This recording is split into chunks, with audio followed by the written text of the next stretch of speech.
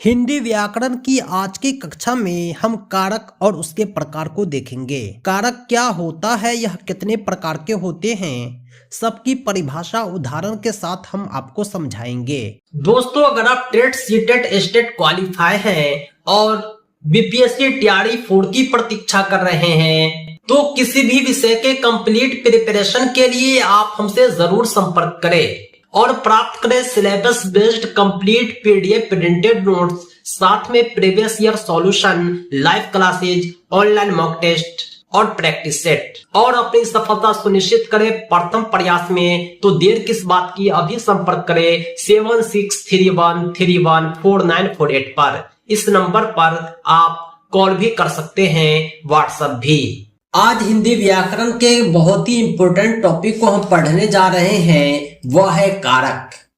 कारक होता क्या है, आइए आज हम जानते हैं। वाक्य में जिस शब्द का संबंध क्रिया से होता है उसे कारक कहते हैं। यानी कारक जो होता है एक ऐसा शब्द होता है जो क्रिया से संबंध स्थापित करता है काम करने वाले से। इन्हें विभक्ति या परसर्ग बाद में जुड़ने वाले भी कहा जाता है, क्योंकि ये जो होते हैं एक छोटे से शब्द होते हैं जो अक्सर बाद में जुड़ते हैं, जो विभक्ति कहलाते हैं। ये सामान्यतः स्वतंत्र होते हैं और संज्ञा या सर्वनाम के साथ प्रयुक्त होते हैं। यानी ये पूरी तरह से स्वतंत्र होते हैं और संज्ञा सर्वनाम के साथ जुड़ जाते हैं। हिंदी में परसर्ग प्रत्ययों के विकसित रूप हैं। हिंदी में 8 कारक माने गए हैं जो निम्न है। यानी ये कारक जो होते हैं कुल 8 होते हैं। और कौन कौन से हैं, आइए हम जानते हैं। सबसे पहला कारक है कर्ता कारक। कर्ता कारक का अर्थ क्या होता है और इसकी पहचान क्या है, आइए हम जानते हैं। वाक्य में जिस शब्द पर काम करने वाले का बोध हो उसे कर्ता कारक कहते हैं। कर्ता का मतलब ही होता है काम करने वाला, यानी ऐसा शब्द जो काम करने वाले का बोध कराए वो कर्ता कारक होता है। जैसे राम ने श्याम को मारा, इस वाक्य में राम कर्ता है और मारा क्रिया है, यानी काम करने वाला राम जो है इसका बोध कौन करा रहा है, ने शब्द करा रहा है। यानी ने शब्द की वजह से कर्ता और क्रिया का संबंध है। राम ने श्याम को मारा, इसमें कर्ता कारक ने हो जाएगा, इसलिए ने की पहचान कर्ता कारक के रूप में होती है किसी भी वाक्य में। अगला जो कारक है वो है कर्म कारक। यहाँ कर्ता ना होकर कर्म पर बात होती है। कर्म उसे कहते हैं जिस पर क्रिया का प्रभाव या फल पड़ता है। जैसे राम ने श्याम को मारा, यहाँ पर कर्ता राम है और मारने वाले का फल किस पर पड़ रहा है, श्याम पर पड़ रहा है, इसलिए श्याम जो होगा वो कर्म होगा। यहाँ श्याम के साथ कारक चिन्ह को का प्रयोग हुआ है, श्याम को मारा, इसलिए को जो होगा कर्म कारक हो जाएगा। सही विभक्ति इसका हो गया को। अब हम जानते हैं करण कारक के बारे में। कर्म का अर्थ होता है साधन संज्ञा का वो रूप जिससे किसी क्रिया के साधन का बोध हो, उसे करण कारक कहते हैं। जैसे शिकारी ने शेर को बंदूक से मारा, कहने का मतलब यह हुआ कि कर्ता और कर्म के साथ एक साधन संज्ञा भी आ गया।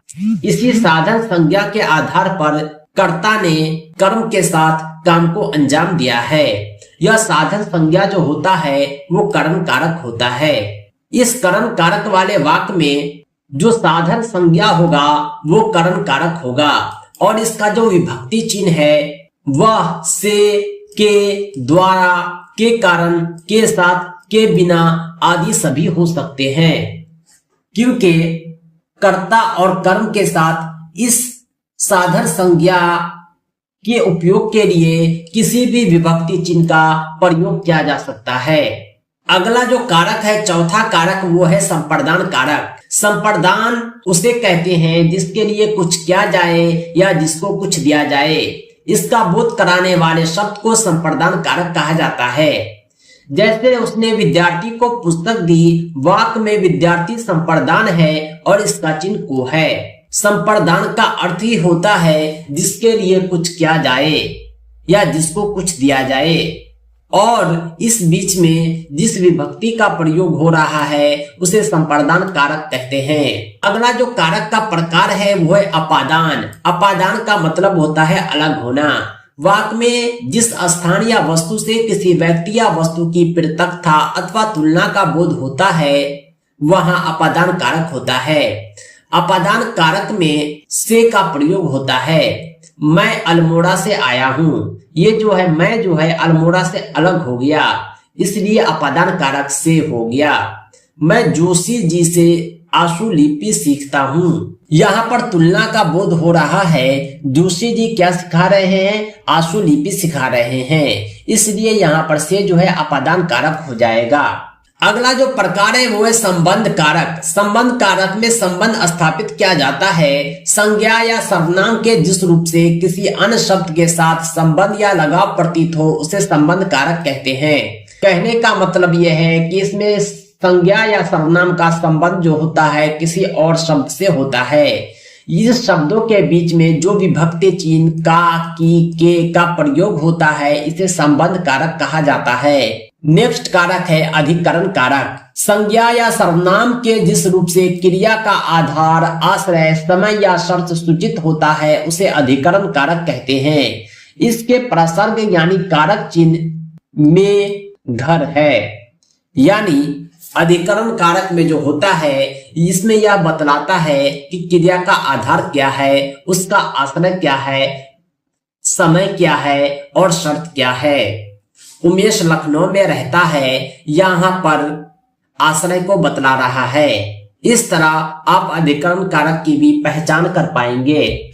कारक का जो अंतिम प्रकार है वो है संबोधन कारक। संज्ञा के जिस रूप में किसी को पुकारने की, चेतावनी देने की, सावधान करने की या संबोधित करने का बोध हो उसे संबोधन कारक कहते हैं। नॉर्मली हम संबोधन में भी यही करते हैं कि किसी को पुकारते हैं या चेतावनी देते हैं या उसे सावधान करते हैं, यानी किसी ना किसी को हम संबोधित कर रहे हैं, इसलिए ऐसा शब्द जो संबोधन में प्रयोग होता हो जैसे हे, अरे, अजी, रे, ये सब संबोधन कारक होते हैं। जैसे किसी ने कहा हे राम रक्षा करो, यानी ये जो है संबोधन कारक का चिन्ह हो गया। अरे मूर्ख संभल जा, ये भी संबोधन कारक है। संबोधन कारक की पहचान यह है कि हम इस सिंबल का विस्मयादि बोधक अवयव का प्रयोग करते हैं। इस सिंबल का जहां प्रयोग हो वो संबोधन कारक होता है। दोस्तों आज के लिए इतना ही। इसी तरह के दूसरे वीडियोज के लिए आप हमारे चैनल को सब्सक्राइब करें। साथ ही साथ टेट, सीटेट और दूसरे सभी टीचिंग एग्जाम्स के पीडीएफ प्रिंटेड कंप्लीट नोट्स के लिए कॉल व्हाट्सएप करें 7631314948 पर। ध्यान रहे हमारा नोट्स आपकी परीक्षा की संपूर्ण तैयारी के लिए सफिशिएंट है। तो दोस्तों आज के लिए इतना ही। बहुत बहुत धन्यवाद। Thanks for watching. Thanks again.